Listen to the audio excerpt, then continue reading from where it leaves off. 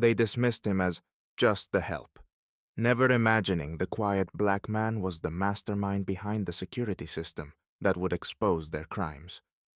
When the truth came to light, their world was turned upside down. What happened next will shock you, but let's start at the beginning.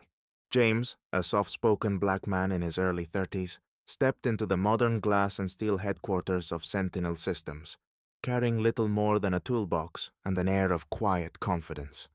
His work uniform, a plain navy blue shirt with the company's logo stitched neatly on the chest, marked him as one of the support staff, someone the rest of the office barely noticed.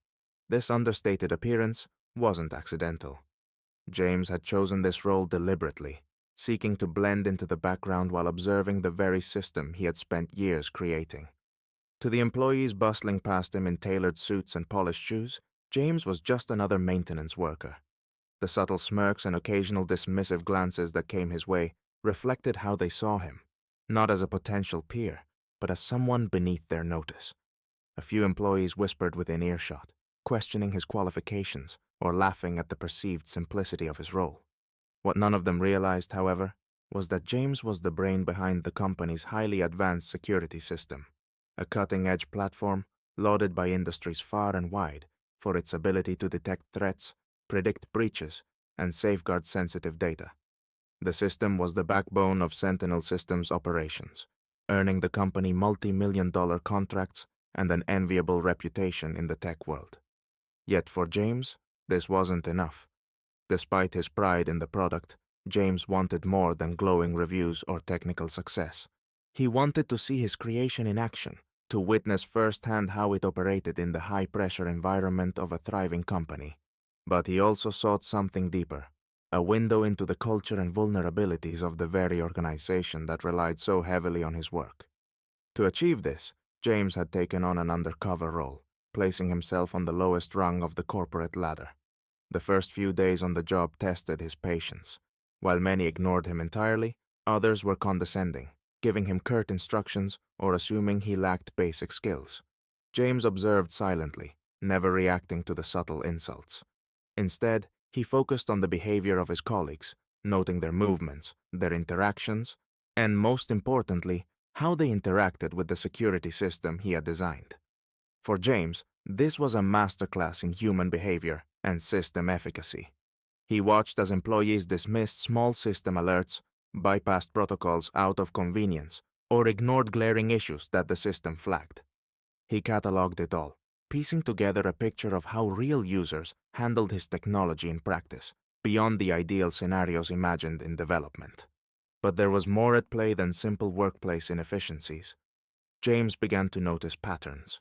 Certain employees behaving suspiciously, accessing restricted areas at odd hours, or bypassing security features entirely. Something was wrong, and James's instincts told him that his system was about to uncover more than procedural errors. Little did his co-workers know, the assistant worker they overlooked was quietly running diagnostics, logging unusual behavior and activating hidden features within the system to gather evidence. The whispers of doubt about James's capabilities would soon be drowned out by revelations that would expose deep cracks in Sentinel Systems' seemingly perfect foundation. One Monday morning, the usual hum of office activity at Sentinel Systems was replaced by a tense, uneasy quiet. Employees filed into the conference room with furrowed brows, their chatter subdued as the weight of the situation became clear. At the head of the room stood Mr. Thompson, the director of operations, his stern demeanor adding to the gravity of the moment. "Ladies and gentlemen," Mr. Thompson began, his sharp tone cutting through the murmurs. "We have a serious problem. Over the past few weeks, several high-value pieces of equipment have gone missing, along with other critical assets. These incidents threaten not only our operations, but also our reputation. We need answers, and we need them now."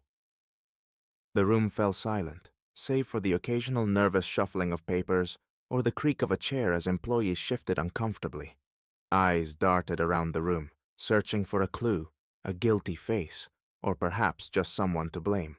Todd, a senior project manager with a penchant for throwing others under the bus, broke the silence. "Maybe we should start with the obvious," he said, leaning back in his chair with a smug expression. He gestured casually in James's direction. "The new guy. He's always wandering around with tools. Who knows what else he's doing when no one's watching?" All eyes turned toward James, who sat near the back of the room. Despite the accusatory stares, James remained composed. He slowly raised his gaze to meet Todd's, his face unreadable but his eyes steady. "I only do what I'm asked," he said evenly, his voice calm but firm. "Nothing more, nothing less." Todd's comment hung in the air like smoke, spreading doubt throughout the room.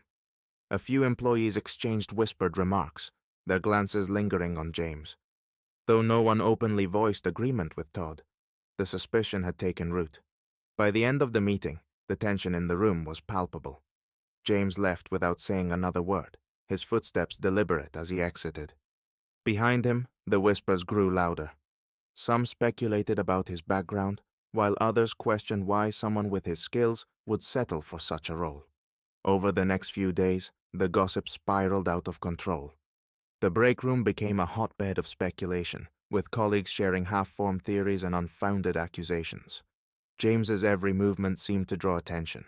Each trip to the storage room, every glance at a workstation, even the smallest adjustment to a piece of equipment. To his colleagues, it all seemed suspicious. Yet James never wavered.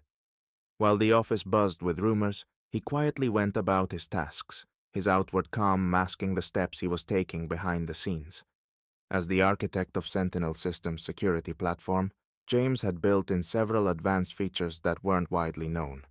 Among them was a sophisticated hidden surveillance and real-time behavior analysis module, tools designed to identify potential internal threats.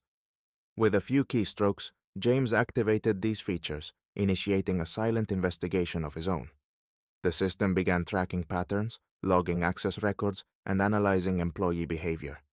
While others gossiped, James methodically reviewed the data, knowing that the answers to the thefts and his own vindication were just a matter of time. Despite the growing tension, James remained focused. He understood that the truth would reveal itself, and when it did, the same system his co-workers had taken for granted would expose the real culprits. Until then, he kept his head down, letting the storm of suspicion swirl around him, all the while knowing he held the key to uncovering the truth. By the end of the week, the tension in the office reached its breaking point. Mr. Thompson, standing at the head of the conference room once again, made a stern announcement. "We're reviewing the security footage," he declared.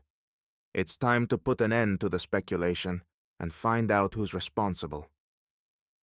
The room fell silent, the weight of his words sinking in. All eyes were on the screen at the front, except for James, who sat quietly at the back, his posture calm and composed. He knew exactly what the recordings would reveal.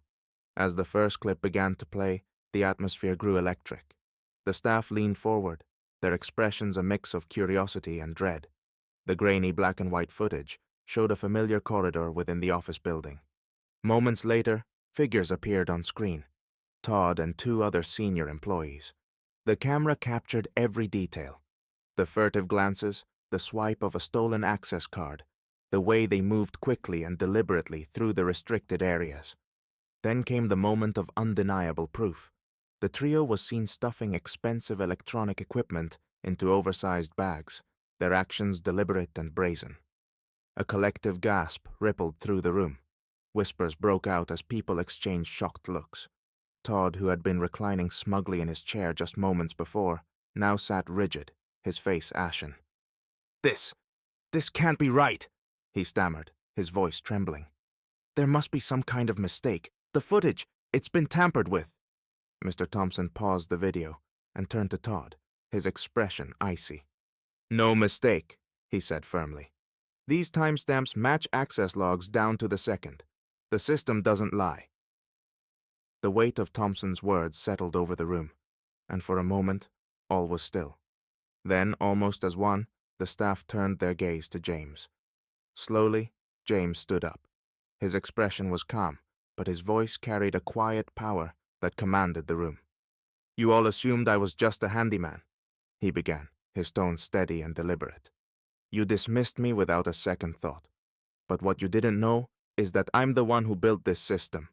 Every line of code, every safeguard, every failsafe, it's my work, and I built it to protect companies from exactly this kind of betrayal.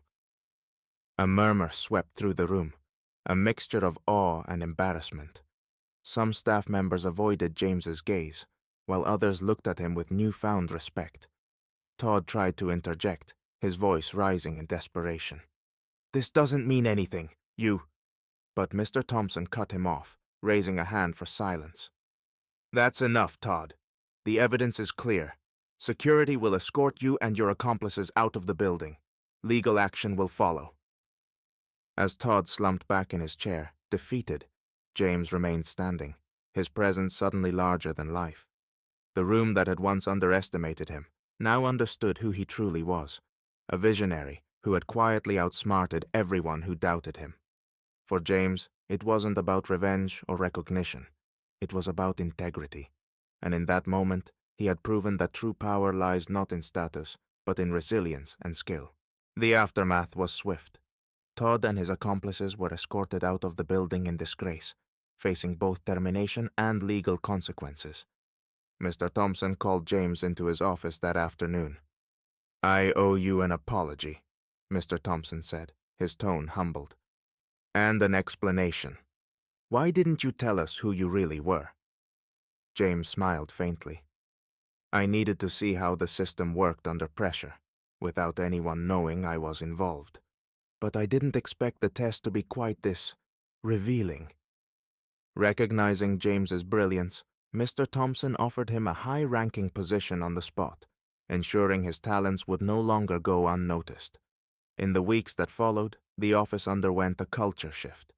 Employees began reflecting on their biases, realizing how their assumptions had clouded their judgment. James, now in a leadership role, used his position to advocate for fairness and transparency, ensuring no one else would have to endure what he did.